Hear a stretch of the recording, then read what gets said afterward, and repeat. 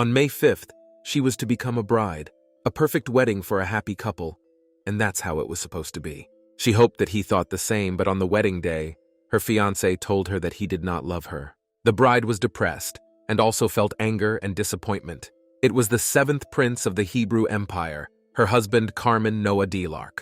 The little girl was looking at the rose, wondering what she should do next, when suddenly a woman came behind her to check on the work. That girl was Chelsea Lordling, the 6th daughter of a noble family, and the woman saw how the work was going and said that the girl had ruined the vase of flowers again. The little noblewoman decided that she needed to tell the truth, so she claimed that she had mentioned 12 formulas for the call, and to put it simply, it was all because of him. He was distracting her. A small, happy-looking puppy ran out from under the table, and the girl continued. She called it, but she didn't know how to control it, so she asked to see how. Her aunt has a son who is 8 years older than her husband, and Chelsea's uncle was a talented alchemist, and he hoped that his son would inherit his work. Unfortunately, her brother was not interested in this at all, which is why her aunt was worried that her son would not be able to inherit his father's business, which is why she was always unhappy. Seeing all that the young noblewoman had done, her aunt accused her of not taking the flowers if she was distracted all the time, and that she couldn't concentrate on anything, and that she should have grown up and gotten married sooner. She kept shouting that she was tired of putting up with all her antics, to which the girl just gave her a look that meant she didn't know what she was talking about. She heard it every day, but she couldn't help it. One day, she remembered her uncle's words. He had once explained to Chelsea that the whole world was very similar to a clockwork. Each part symbolized a separate person, and each of them had a different role. So in the end, they all ensured the movement of the clock. So he asked her who she wanted to grow up to be, what role she wanted to play in this world. That's when she decided that her role was to get married and keep the house. The girl came to this conclusion because of the fairy tales her mother read to her. How the girl ate a poisoned apple, and the prince woke her up with a kiss. How the girl lost the slipper that led her to the prince. How the girl found her prince while turned into a frog. The prince was who she needed. Walking with her mother, the little noblewoman declared that she did not want to get married. She was sure that she could not love anyone now, that there is no love at such a young age.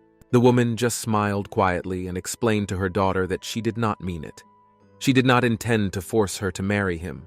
She just wanted the girl to become friends with him. Forced into an engagement with some boy, there could be no love, the girl thought. But meanwhile they had arrived. They were already waiting for them. A friendly guy, he said hello to her when she saw him. She was shocked, because she had never seen anything like it. It was a hit to the heart. She thought the day had come. She had met her prince. She enthusiastically took him by the hands, saying the word prince, to which he was somewhat embarrassed, as he had not yet introduced himself, and did not understand how she knew about it. And meanwhile, the mothers saw that the children had become friends and went to drink tea. The sincere girl said that he was very handsome. His eye color was like the blue sea, and his hair was like the summer sun, to which he only thanked her somewhat awkwardly. After a moment, the sincerely smiling little noblewoman said that she wanted him to marry her, and then there was an awkward pause. Before the prince could answer, the girl was already running happily to her mother to boast that she had decided to get married, and the latter asked how this happened, since she had recently said she would not get married. Hearing this, the prince's mother laughed merrily and confirmed that it must be fate, asking a moment later if it was really worth getting them married. Everyone present began to congratulate them that day, and she was so happy that she didn't even think about whether she herself had fallen in love with him. At home, at the dinner table, the mother asked her daughter if she would like to socialize with other children her age, and she asked if Carmen would be there, and when she saw the confirmation, she happily said she would go. The adult smiled at the child's decision, and the woman said that the girl would have many new friends and have fun. Later, in the manor, a dissatisfied Chelsea looked at the ceiling, although there was a friendly girl next to her who really wanted to make friends, but the little noblewoman did not pay attention. All her thoughts were occupied with the prince. She came here to see him, but it seemed he was late. The girl did not pay attention to Chelsea's cold ignorance, so she continued to talk about her family, claiming that there were many great sorcerers in her family from generation to generation, asking if the girl believed that she would become one herself. The girl's name was Elena Brown, and she seemed to be very fascinated by the story of her family when she was interrupted by another boy named Chris Glemm, who was sitting next to her, saying that she could not use magic yet because she had too little mana. But the money in the bank was another thing, thus setting an example for her family. But the bank's money wasn't his, another boy interrupted, and then offered Chelsea to play knights. But she was uncomfortable with this environment. She missed Carmen, and nothing else came to her mind. A little later, the prince himself came, apologizing for being late, and when the girl saw him, she was happy, thinking that her wish had finally come true, and that it must be fate, as at that moment all the children ran to him, not noticing how Chelsea had fallen. All the children were delighted that the boy was a prince and went to him. When the girl saw this, she was a little offended because she was the first to greet him, and he didn't even look at her when she fell. He kept talking to those fools. A moment later, when the girl was despairing of being ignored, the one she was waiting for came up to her, greeted her and asked how she was doing, and seeing this, she immediately forgot about all the insults and mentally reiterated that this was her only prince. Later, when the day was over, they were left alone. Some fell asleep on the couch next to them, some had already gone home, and the young noblewoman thought it was time to act. She put her head on the guy's shoulder, saying that she was very tired, thought he would not come, and he only asked why she was tired and whether she was worried about him. After a moment, the girl asked that they said she was the same age as him, to which the prince replied, puzzled that it must be true. The noblewoman continued to court the boy, saying it was like fate. The prince, embarrassed, said that she was even shorter than Carol, and the girl shuddered, realizing the truth. The prince decided to remind her of the meeting in the palace, where he personally introduced them, and the girl confirmed that she remembered that was her sister, who was 2 years younger than her, and she was still stroking her head, saying that she was very cute. After a moment, with a menacing face, she said what it meant that in his eyes, she looked like a child like Carol. She was taller than her. She was older. The girl continued this explanation. She would argue that he was not laughing because her pride was hurt, because the last time she was taller, she was 2 centimeters taller. Her sister and brothers are tall, and that is why she will be tall too. She will be the tallest when she goes to the academy. The boy patted her on the head and asked her not to be upset.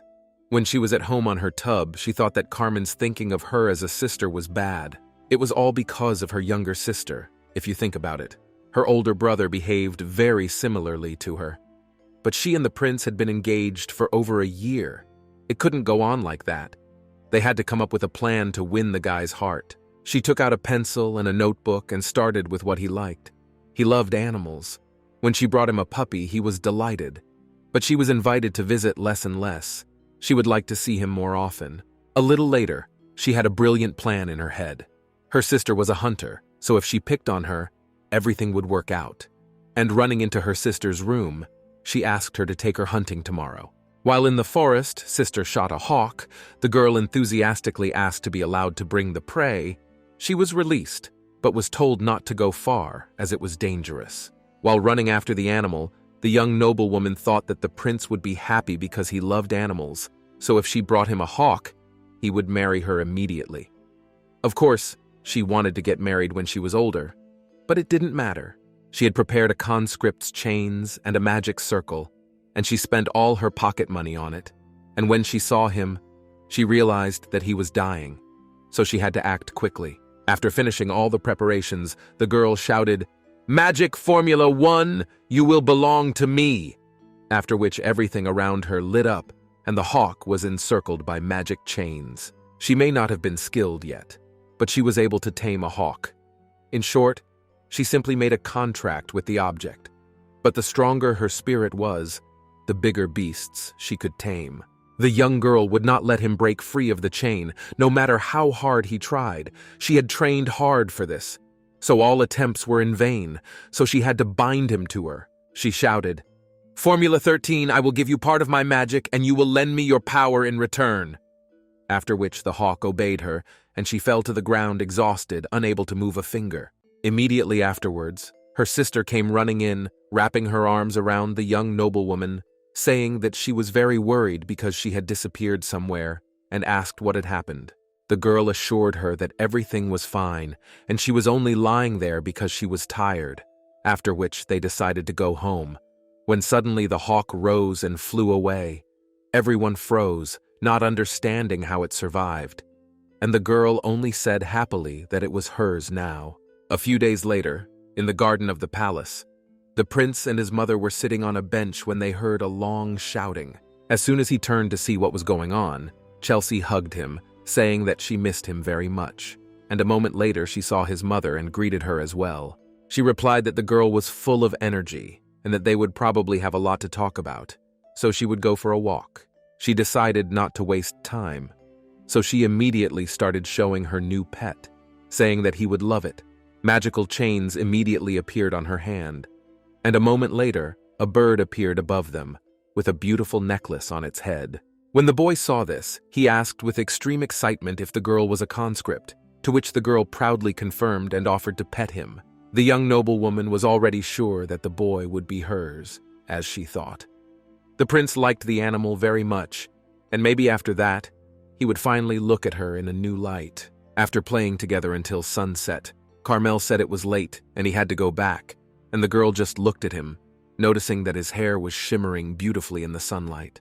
After that, the guy suddenly declared that he thought Chelsea was an amazing girl and that he liked her a lot, then thanked her for the day and left, leaving the shocked girl staring after him. Already in the carriage that was taking her home, she assured herself that if he had called her amazing, she should tell him the same thing next time. Today was the day of the founding of the empire, a holiday she had been waiting for a month, a perfect opportunity to spend the whole day with the prince. This is impossible. The prince's escort did not allow them to go for a walk because it was raining and he could get sick, but the girl assured him that the rain was almost over, and she had been waiting for this holiday for a very long time. But the man was determined. He told her to stop fooling around and that they could celebrate in the garden, and the girl almost burst into tears because her plans had not come true. Walking around the garden, Prince pointed to the Mongolias, assuring her that it was just the time of their flowering, so they could be used to make tea. But it seemed that she was not in a good mood and was mentally far away. But the guy continued. His mother really liked this drink. She said it was a great stress reliever. He saw that she was pouting. He suggested that if she was tired, they could continue a second time, and in the meantime he would say to prepare snacks. Chelsea didn't like this at all, because she could only meet Carmen a few times a month, and this month it was the founding of the empire, so she wanted to make it memorable for the two of them. After the holiday, at home, the girl was sad for the lost day, because Prince was always busy with something, and this time she wanted to drag him to the festival. She had prepared so much for what would have been a great date. Instead of watching the parade, eating street food, and kissing under the fireworks, instead they sat in the imperial court all day doing nothing. Was she the only one who regretted it? Carmen himself quickly came to terms with his fate. While in the garden, the guy noticed the silent girl and asked her what was wrong. She was not usually like this, so to ease the gloomy atmosphere, he offered to drink tea. She hadn't come here to drink tea, the young noblewoman said. So we can take a walk, the prince offered uncertainly, to which she said that this was not a walk, but rather a walk in crowded, spacious places, giving a hint of what she wanted with her whole appearance. But it seems that the guy didn't understand this. He didn't know what to do when she was angry, so he decided to say the first thing that came to his mind. He suggested she go to the Dragon Tower, reminding her that she had once told him she wanted to go there, and then said they had to do it quietly or they might be stopped, which was what she needed, so she gladly agreed. The Dragon Tower is the place where the dragons settled, which served as the source of the founding of the Hebrew Empire, and there were gossips that the empire was founded by the one who found the dragon, and this person was named the first emperor. In addition, magic, ancient and powerful sorcery, was born in this place. The first sorcerers were so strong that they could destroy the empire, which is why the Hebrew Empire is considered the most powerful in history.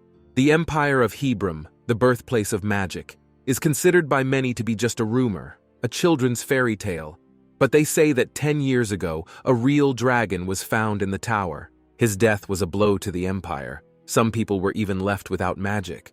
so she wanted to see the place where this great creature lived. She recently asked Carmen to show it to her, but he only answered that only members of the imperial family were allowed to go there. Even his sister was allowed, and her request was simply ignored. But now he decided to show it to her. He suddenly stopped, and she bumped into him, and after asking why he stopped, he pointed out that they had already arrived. Seeing this majestic building, the girl was enchanted by what she saw. It was the Dragon Tower. In the literature, it was only said that the tower was blue, but in real life, it was even more beautiful. She immediately wanted to go inside, but the guy was in no hurry to go in. Usually, the door to this one was closed, but now even the soldiers were not around. Did they go somewhere? But the girl did not listen. She just pulled him inside. Chelsea, in anticipation of what she would see there, hurried inside, thinking that if it was so beautiful from the outside, then maybe even the traces of a dragon remained inside. After going a little deeper, they came across a large stone door, and it didn't look like they would be able to open it. And the girl was just about to exhale in disappointment when the young prince told her to wait a little longer. The guy pressed on one brick in this wall, and then the door opened with a bang. She was only surprised by the secret door, and then, doubting her decision, asked what would happen to her if people found out about it, since only members of the imperial family could enter. So what if she was executed for it? The prince assured her that everything was fine and that there shouldn't be anyone inside, but she had already reassured herself by thinking that she would still become his family when they got married.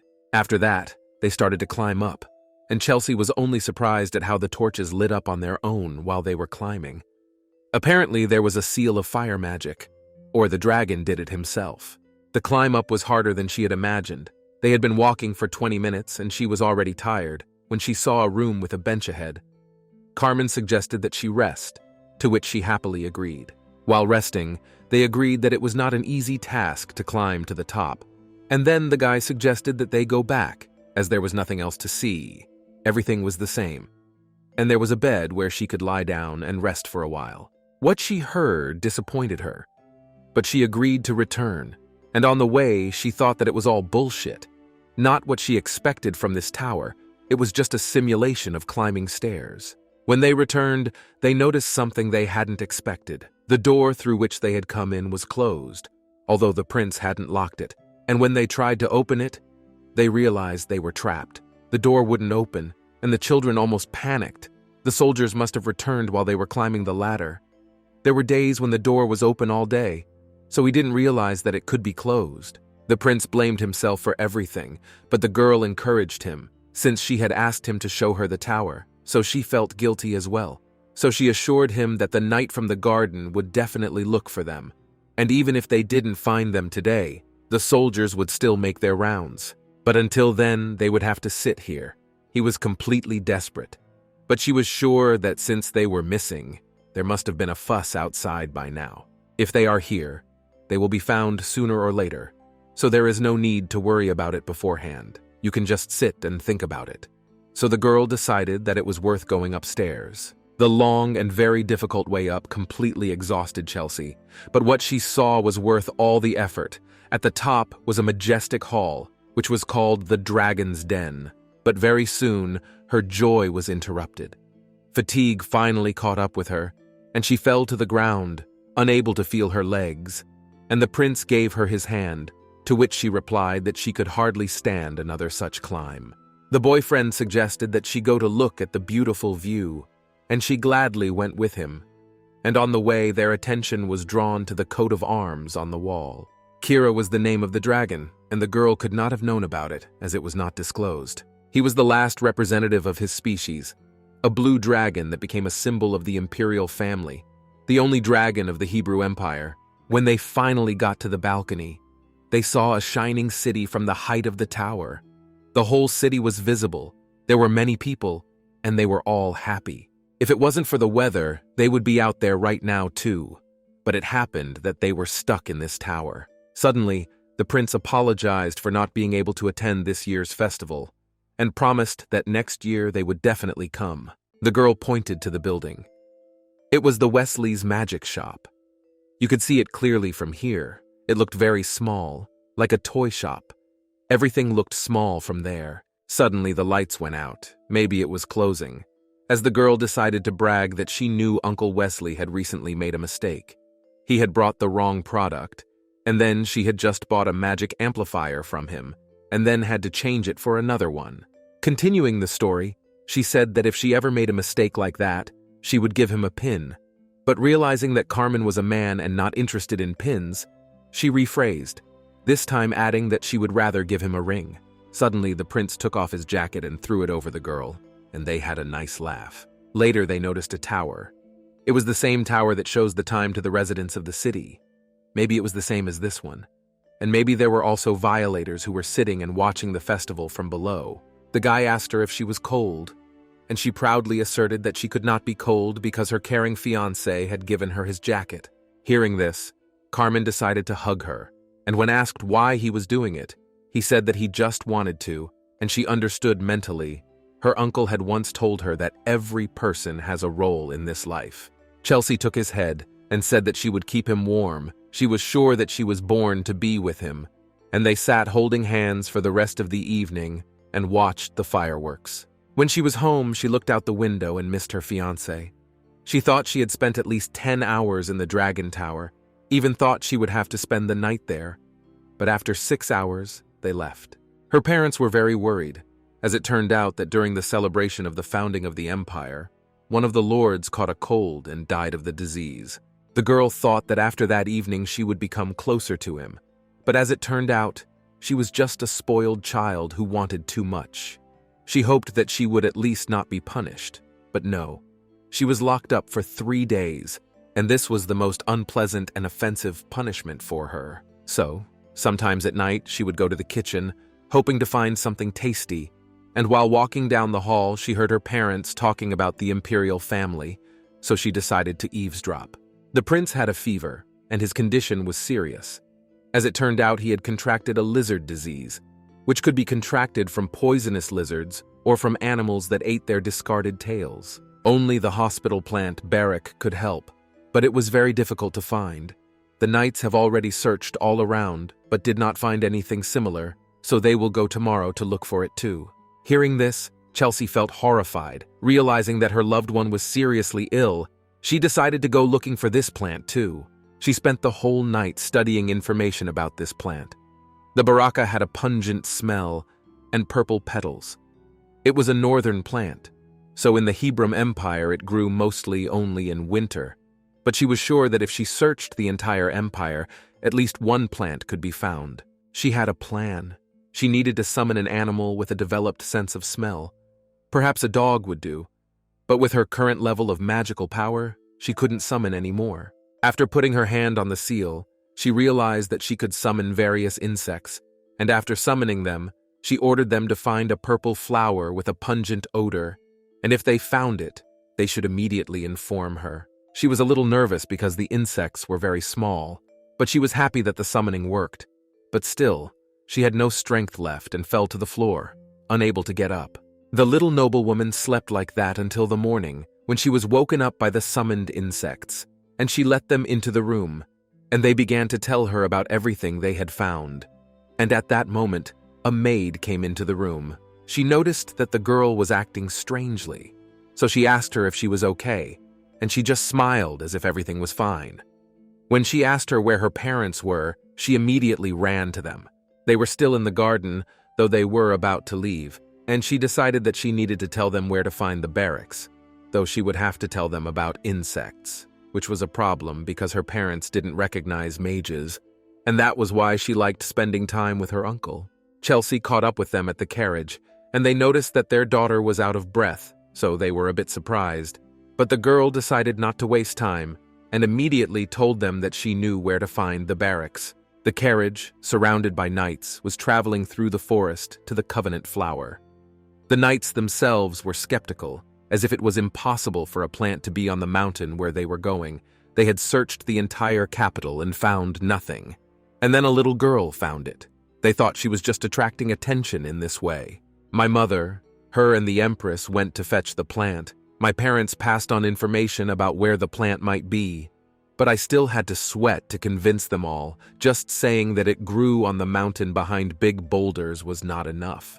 The worried girl asked her mother why these knights were so distrustful, because finding a plant for the prince was an important mission, and her mother assured her that they were just tired of the endless search, and Chelsea also grumbles when she gets tired.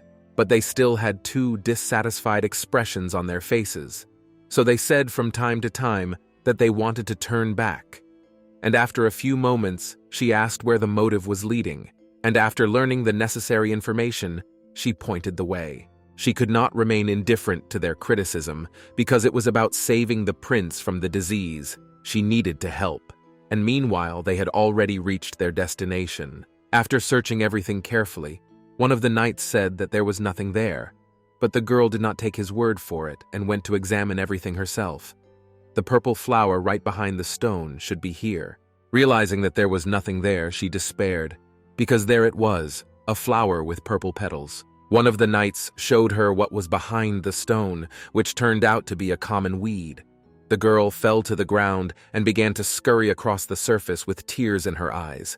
She could not believe she had made a mistake. Chelsea decided to support one of the knights named Yang. He argued that the lady had misrepresented the plant she needed, and if you looked closely, the weed looked like a baraka from a distance.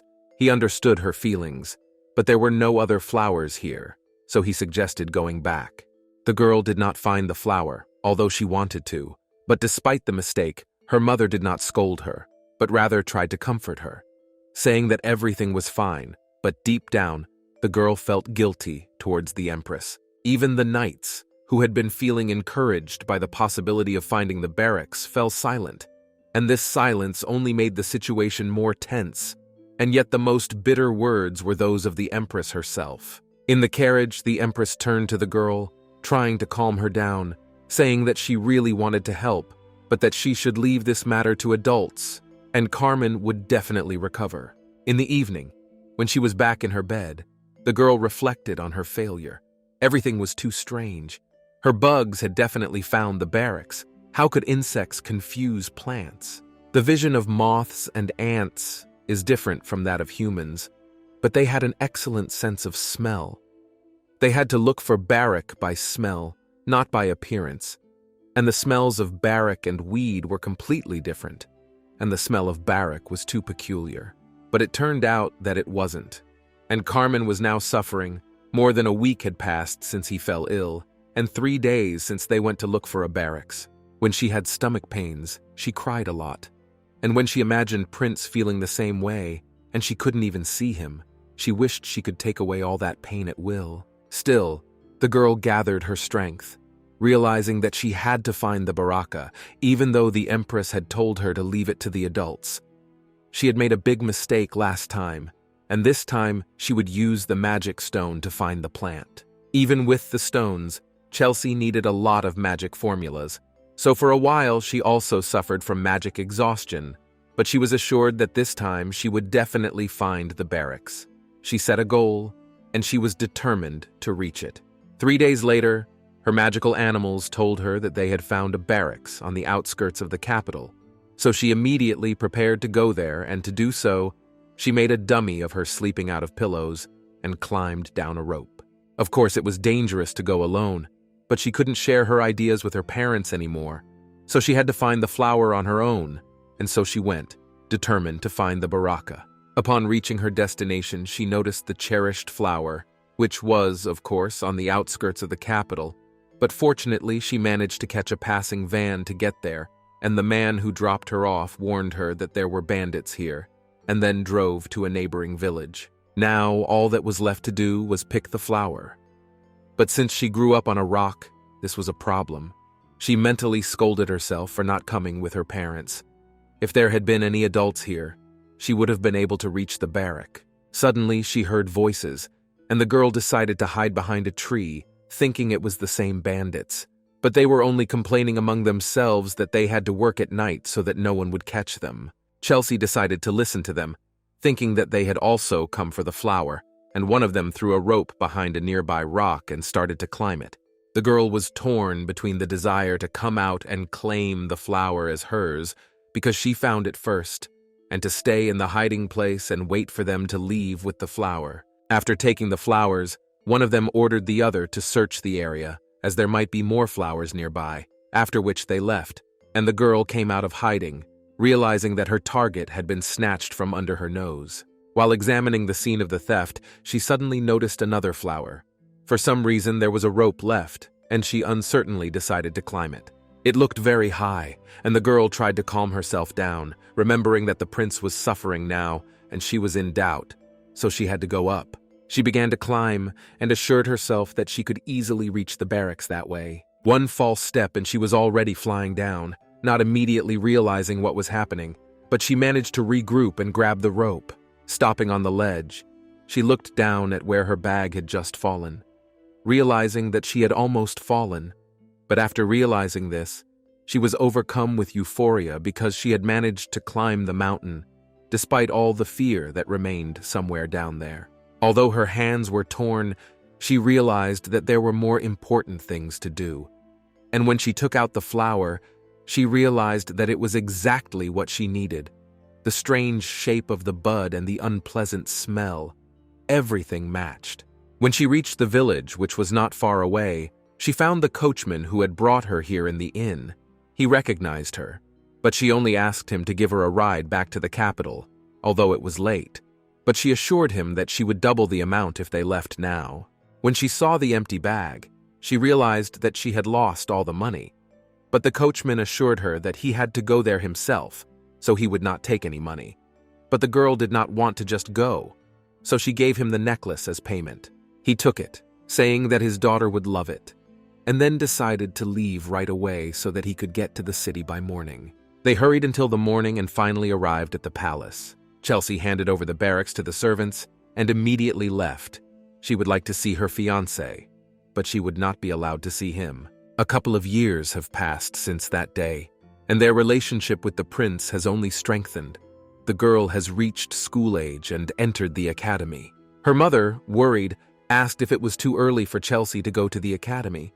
Maybe she should wait another year.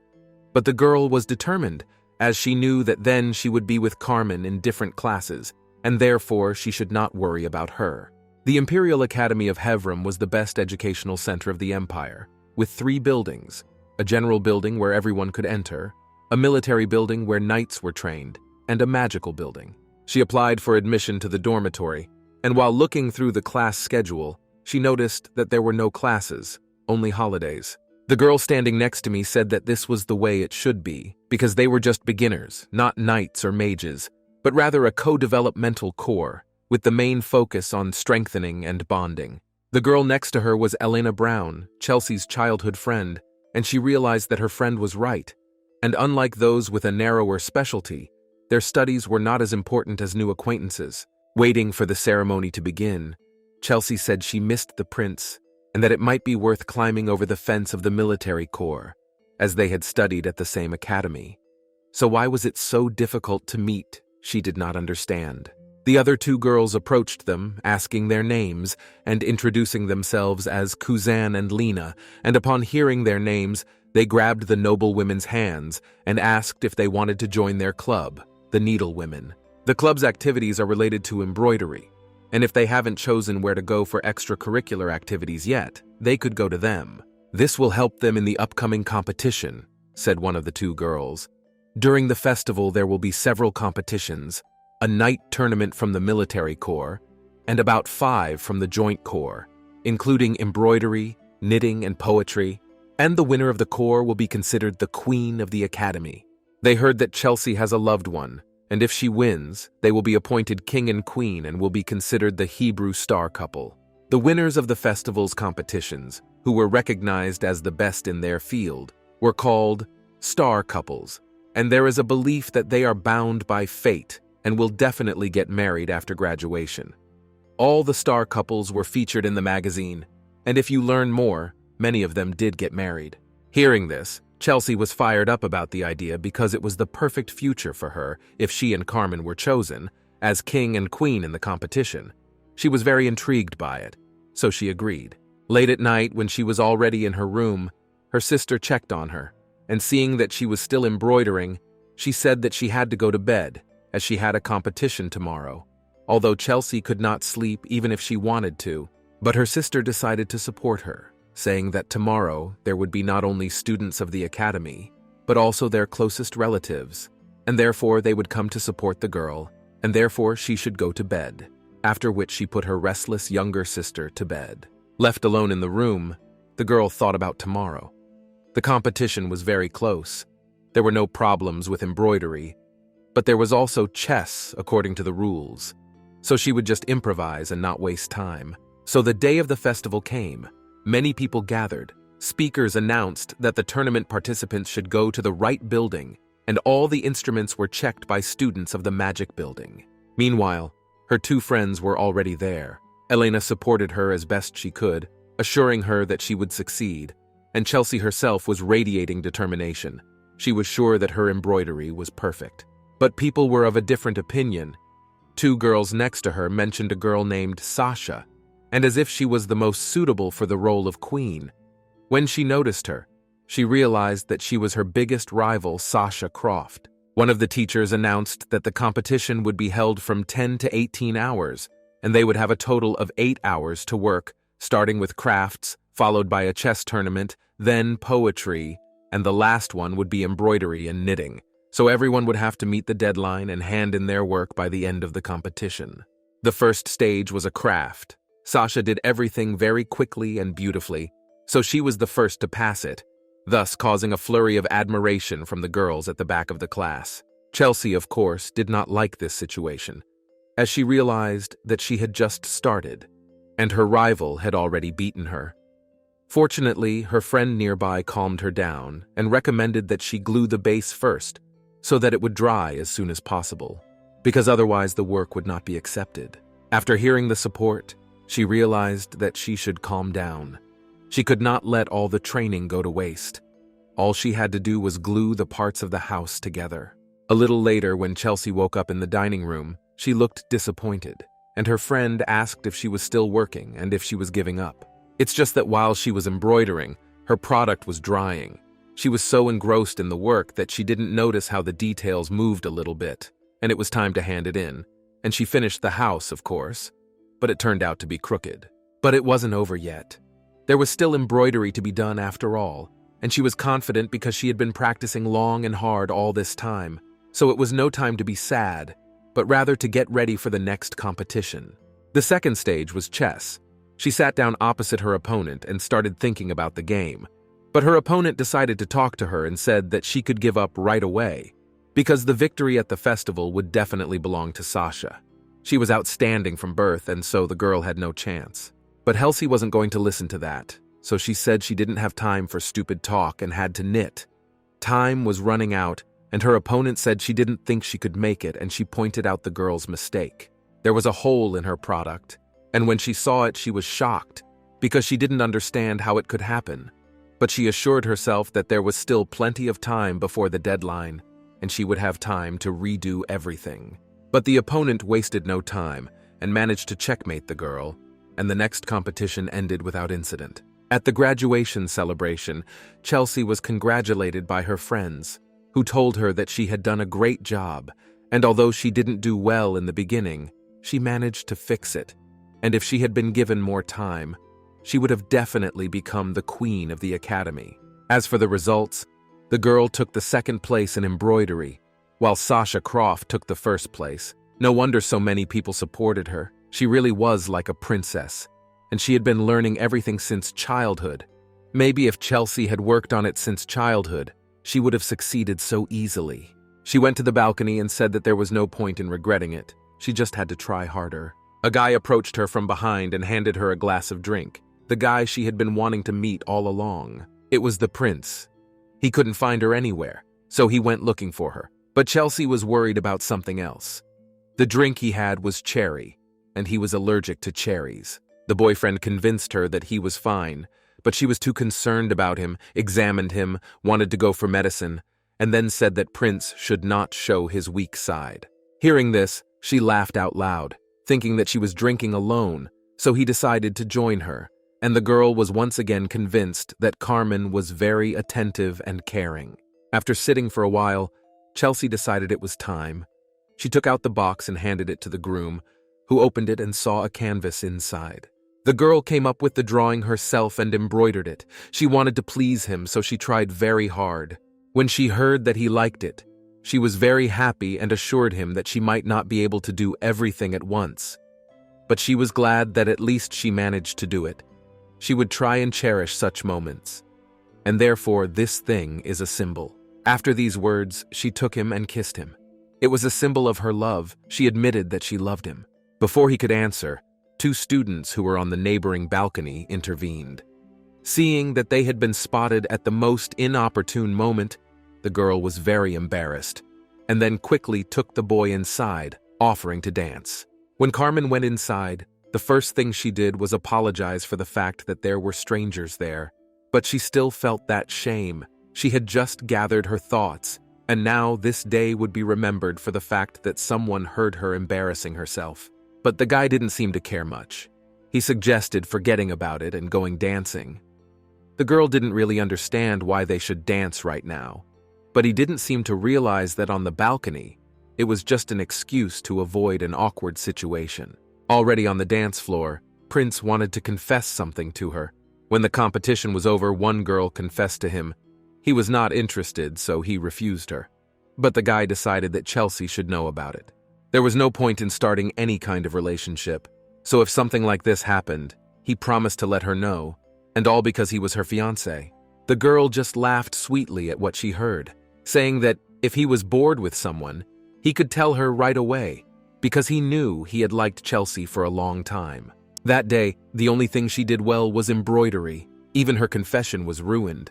This day will remain in her memory for a long time. Maybe Carmen will remember it too. 3 years passed. Chelsea was already 18, and she still whined and missed the prince. Even when she was in the office, her friends noticed this, assuring her that they had a good time last time. But 3 whole years passed from that day until she entered the academy, and they saw each other even less often, no matter how hard she tried, and it felt like they weren't moving anywhere at all. Carmen said that he wanted to become a knight, and he had a final exam coming up, so he had to prepare, and he didn't even have time to write a letter. She wanted just one opportunity to get closer to him, when she heard a voice from the side telling her to leave him alone. It was the brothers Mars and Chris Glam, and they said that Carmen was still a prince, and therefore he was very busy. The fate of the empire rested on his shoulders, so he works tirelessly and probably doesn't rest at all, and therefore he needs to take a break from his bride, and she just needs to find something to do, and her heart will immediately become lighter. The girl took this to heart, and so she asked her friend, upset, if she also thought she needed to find something else to do because Carmen was tired of her. Realizing that the girl didn't get the joke, the guys suggested that she and the prince go on a date, and a great bakery opened not far away, but the girl immediately refused, as the buns might contain nuts, and the guy was allergic to them. The next option was a banquet to relieve the boredom, and she seemed interested in it. Something grand could be arranged in honor of her 18th birthday or in honor of her upcoming marriage, a good reason to have a party. Chelsea was immediately struck by this idea and therefore decided to organize an incredible engagement ceremony before the wedding, as it happens once in a lifetime, and therefore it was necessary to think through everything to the smallest detail. When asked if they were engaged yet, she replied that it was only in words for now and that it would only get more interesting. So she intended to organize the ceremony herself, and so she thanked everyone for their help and went to get ready. Later, on her way to the temple, the girl thought that it would be nice if their engagement ceremony took place in the imperial palace, because that was where they first met, and that they would decorate everything with flowers and the prince's favorite dishes. Her thoughts were interrupted by Carmen, who greeted her, saying that he was glad to see her. While he was fixing the bride's tiara, which had fallen off, he said that she should have sent for him right away, and then he would have come earlier. The girl was very worried about the upcoming ceremony. The prince was also very surprised to learn that the date of the ceremony had already been set, because they were already engaged, and then they decided to have a ceremony. But Chelsea admitted that it was her initiative because she was upset about the long separation. She decided to organize the ceremony in spring because there is a belief that if you get married in spring, the marriage will be happy. So she decided to try it. And then the bride became completely dreamy, saying that she really wanted children, that the first one would be named Roim and the second Howl, and they would be the friendliest and happiest family. The prince hesitantly confirmed this. He did not know what to expect from this wedding. He thought that just getting married would be enough, and therefore he did not have any great expectations. But still, he had to want something, and Chelsea wanted to find out what he wanted from the marriage. It was better to find out now so that they wouldn't have any differences of opinion later. But he continued to assure her that he did not want anything, and was only entering into this marriage because she wanted it, thus putting the bride into a stupor. She was convinced that people get married because they love each other, and so his words sounded unnatural to her. Seeing his expression, which did not look like he was joking, she asked him directly if he loved her. He likes her, and so he just does everything she wants because he likes to see her happy. But this was not the answer she was expecting. So she asked him again if he loved her, being on the verge of hysteria. She needed an answer from him, an honest one, and without deception. Being in such a situation, Prince sees no other way out but to tell the truth that he does not love her. After hearing the rejection, Chelsea was devastated. She asked him since when he didn't love her, and then confirmed the twins' words that she was too persistent, that he was tired of her, and that was why he didn't want to meet her all this time. But she just wanted to be with him. But the prince was tired of her, although he denied it. But he could not give a clear answer, after which the girl in despair took him by the sleeve and said that she would do everything to make it right, that she would change everything that he did not like. But he just needed to tell him what the reason was. He took her hand and assured her that he would marry her anyway, thus reassuring the bride a little bit. She thought that if they lived together, they could get through everything, and it was not necessary to love each other to get married. But the last words finished her off. He said that although he did not love her, he would be a good husband and would be an ideal father for their children. They would have a wonderful family life. The girl didn't understand, marrying without love, but pretending that they loved each other. What was the point? After which the prince exhaled heavily and asked what she needed from him. She said that it was nothing and left. He didn't expect this, so he ran after her, but she was desperate, so she wouldn't even let him touch her. She thought all these years that they were serious. Everyone around them, her parents, their friends, even her sister, all had love. And he, a person who didn't care about her at all, was offering to create a fake family. The boyfriend was confused by such statements. He assured her that she just wanted to do it, to start a family, have children, and live happily with her husband. It was her dream. But that's not what she wanted. She was sincere with him, and he was lying all the time. She was really looking forward to creating a family with him, but a real one, not a fake one, and that would mean love. Chelsea thought that they would always be together because Carmen was the whole world to her. She believed that their love was real, and that day, she felt true despair. When she returned home, the depressed bride ignored her mother, who asked how everything went with Carmen, and went to her room. In her room, she fell to the ground and started cursing the boyfriend, for everything she wanted turned out to be a lie, that her best Carmen didn't really love her. The girl's mother knocked on her door, saying that her friends had come to see her today. They were very worried that she hadn't been at the academy for a week, and her parents were also very worried. So the mother wanted the girl to share her emotions with her. The mother was interrupted by her sister, who had already returned from a business trip, and asked to speak to Chelsea herself. Opening the door, the woman said that the girl had been in the room for too long, and when she heard that her younger sister was desperate, she came right away. When she opened the curtains, she confirmed that she had just arrived today, and she went to her immediately. Her sister had locked herself in the room and was not going out, so she was worried. The girl's seclusion put the whole family on their feet. Her sister even left her post to visit her. She heard that Chelsea approached the prince in a wedding dress and then returned in tears, so she wanted to know what happened. The girl asked the older woman if she had ever thought about her role in this world, and her uncle once told her that they all come into this world for a reason, and she thought about these words for a long time and decided that she wanted to start a family. And then she met Carmen and realized that her destiny was to marry him and have children. But it didn't turn out that way. After hearing all this, my sister, with a smile on her face, assured me that she had never thought about it. and therefore could not understand if she really wanted all that family routine. Not understanding the question, Chelsea said that they were the perfect couple, and it couldn't be otherwise. But her sister interrupted her, saying that the girl had misunderstood her. The question was whether she really wanted marriage, or just to get married.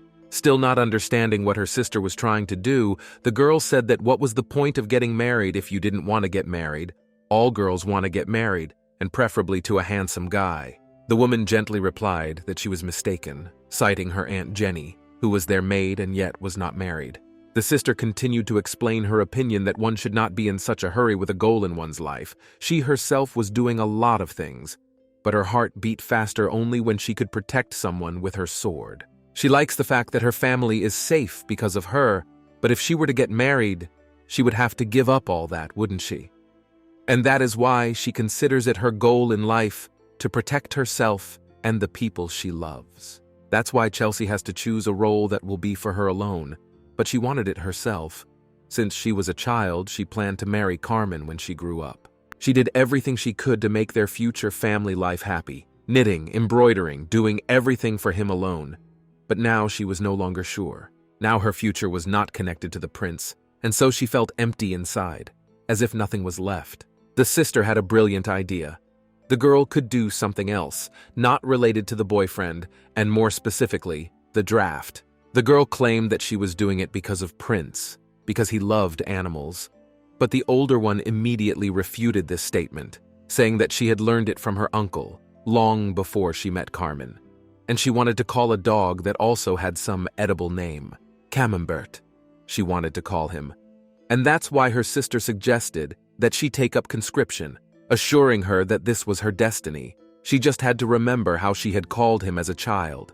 And she had also called her to join her team. Chelsea asked if it was possible for an ordinary person to join the Knights. Her sister reassured her that everything would be fine, and if it was too dangerous, she wouldn't be accepted. She just needed to get to know them better, and then everything would be fine. She realized that she would not be able to forget her first love right away. But life doesn't end there, and so after a while she would definitely feel better and just need to move forward.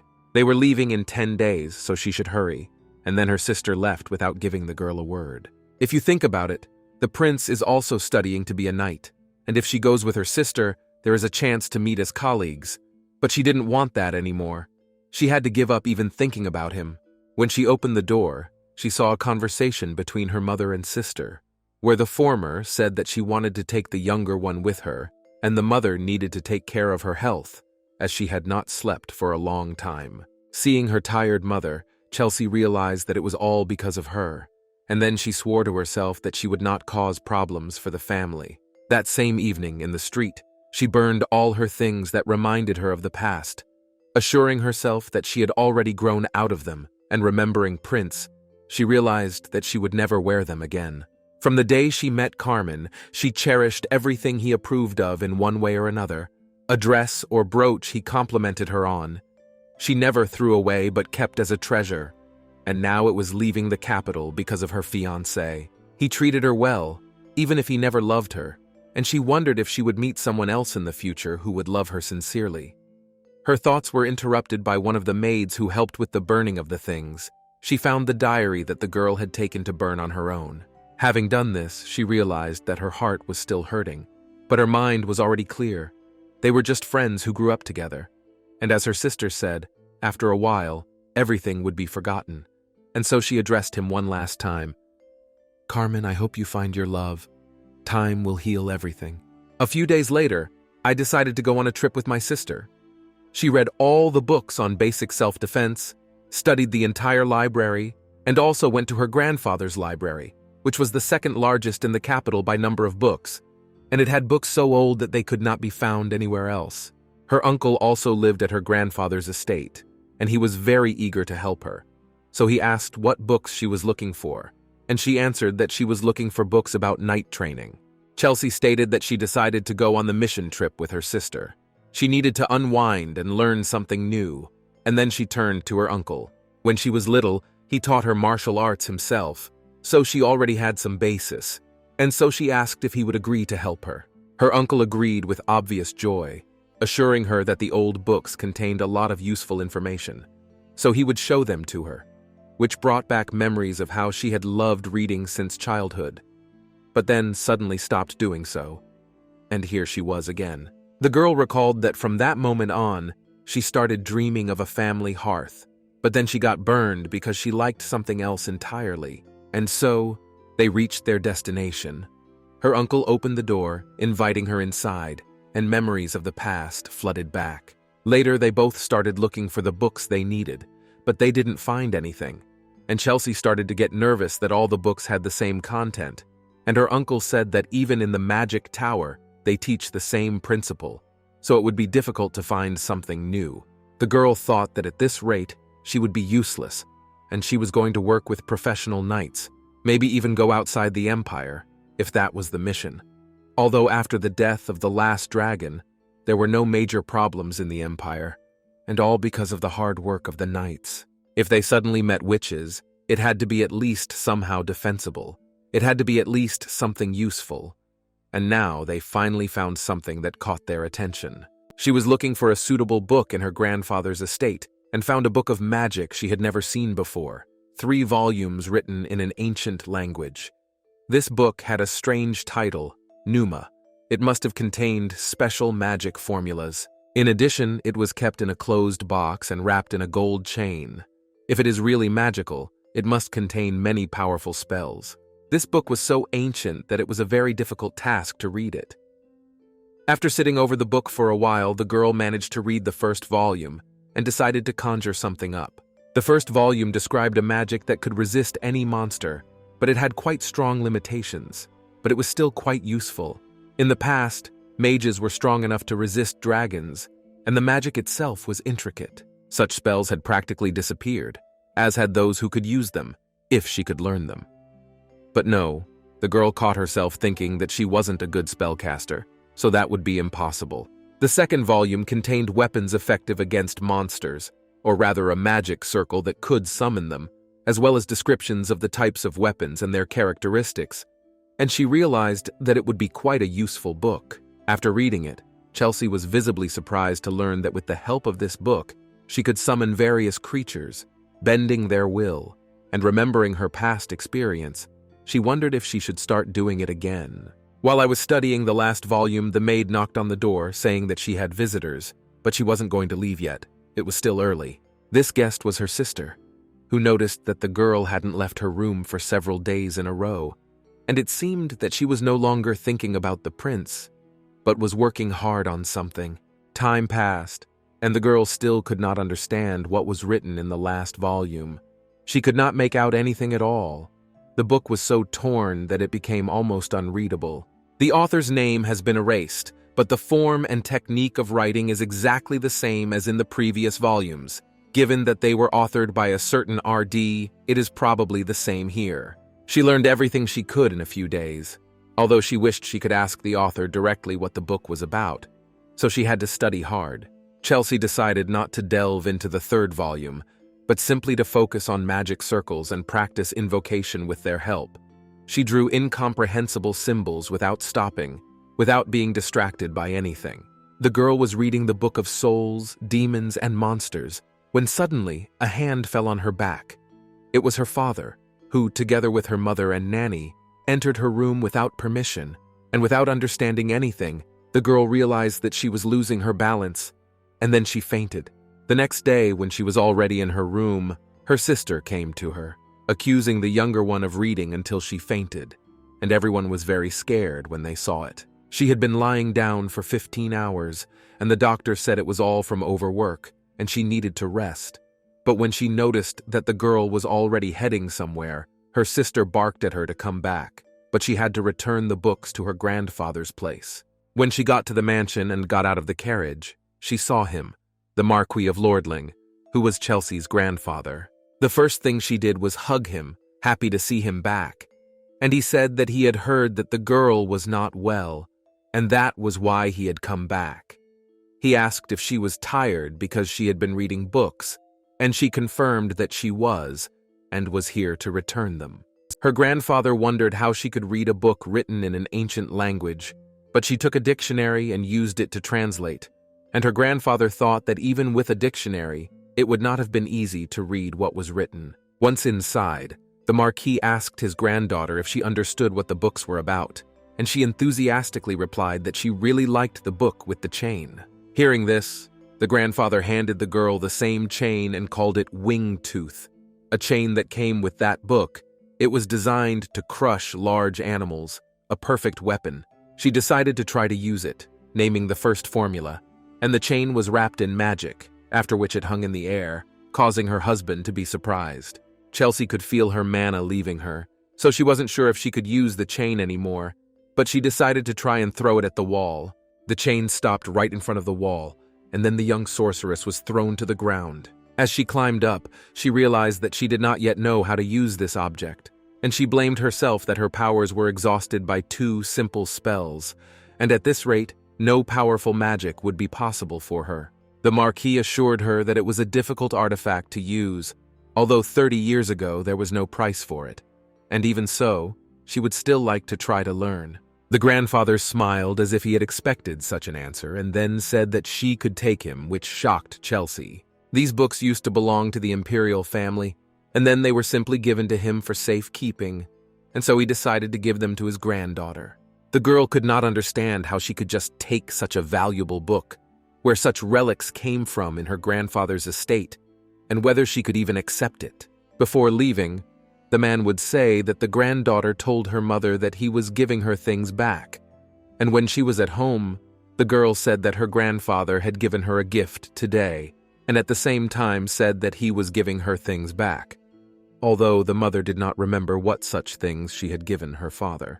When she saw the chain, her mother's smile disappeared, and she fell into a stupor. The girl noticed this and thought she would get angry, so she left her alone, arguing that she still needed to pack. But the woman did not let her go. She wanted to tell her something. The conversation was about her mother's youth. The day she received the gift, she still loved magic, until her mother suddenly fell ill. The doctors did not know how to treat her.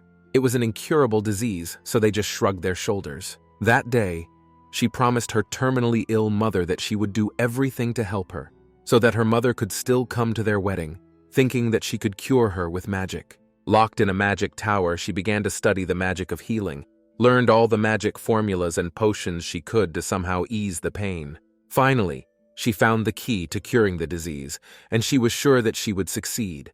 And when her mother was healthy, she would help her prepare for the wedding. On the same day, while looking at documents in her room, she saw smoke outside the window, and when she came closer, she realized that everything around her was engulfed in flames. Then a terrible fire broke out in the empire, and she immediately ran outside to help the wounded, as she realized that the mana she had previously felt had ceased to work. She was unable to help anyone, and when she returned home, her mother had already died, and she was left alone so that she could say goodbye, and that's when she realized that the loss of magic was nothing compared to the loss of a loved one. The girl regretted that she spent all the time she had left studying magic, which turned out to be useless. If only she had spent those days with her mother, instead of in the magic tower. After these events, she went through a difficult journey and gradually erased magic from her life. But her sweet daughter became interested in magic, the subject of her suffering and regret. She was so reluctant for any of her family members to study this devilish science that she never encouraged Chelsea, pretending that magic was nothing. Because of this, as she wanted, the girl gave up magic and found the cause of her suffering in the person she loved. She was happy in her marriage because she did not know this feeling. But in the end, she realized that Chelsea was not like her at all. Suddenly, the mother stood up and hugged her daughter, saying that she was a very smart girl and therefore wished her good luck in any endeavor. So the day of departure came, and the sister inspected all the knights present, saying that they all had a long journey ahead of them, and therefore they had to get ready, finish checking the goods by morning, and finish all the preparations. Even though it was a simple monthly trip, they should not relax. After finishing her speech, the woman introduced Chelsea and asked everyone to look after her. Before the trip, the knights decided to get to know the girl better. They were very surprised at how different they were, and wondered if she wanted to become a knight too. After hearing the refusal, they assured us that there were not many dangers to the border. and even if a similar situation arose, they would protect it. The girl realized that they were good people, and so she decided to show them the chain, saying that she might not be as strong as them, but she could defend herself. Someone told her that they had a person who used something similar, and she became even more interested in this, realizing that martial arts were popular. He was sitting at the table, and he didn't seem to be paying attention to anything that was happening. He was introduced as Schwein Crankcase, and he was the youngest of their knights. At 10 years old, he studied magic in the magic tower, and 3 years ago he was knighted, and for his age he was a genius. Her sister saw that the girl was a bit shy and pushed her forward to meet her. It was the first time she had met someone besides her uncle who used sword and magic, so the first impression was important for friendship. She introduced herself by name and said she would be traveling with them, but the guy didn't seem to pay much attention to that. There was an awkward pause, and the girl was surprised that he wasn't going to say anything else but, "Yeah." So she continued to ask him about magic and whether he still used it. She decided that if she kept talking without interruption, he would eventually give up. So she continued asking about magic, summoning, what animals he could summon, and if she could see him practicing. After all the questions, he finally replied that he was a magician, not a clown, and that if she was looking for entertainment, she should let someone else bother her. After that, he left, and the girl realized that she had just been told off, saying that he had a very bad temper. The girl did not calm down during the trip, continuing to question the guy, and he kept avoiding any conversation. And the next day it continued. She began to think that he just didn't like her, and no matter what she asked him, he always ran away. After so many rejections, she decided to try something new, so she used a magic chain on him and asked him how he felt. Exhaling heavily, the man said that he would like to help, but unfortunately, he did not know any spells for noble ladies, and then left her alone again, and she and the doll.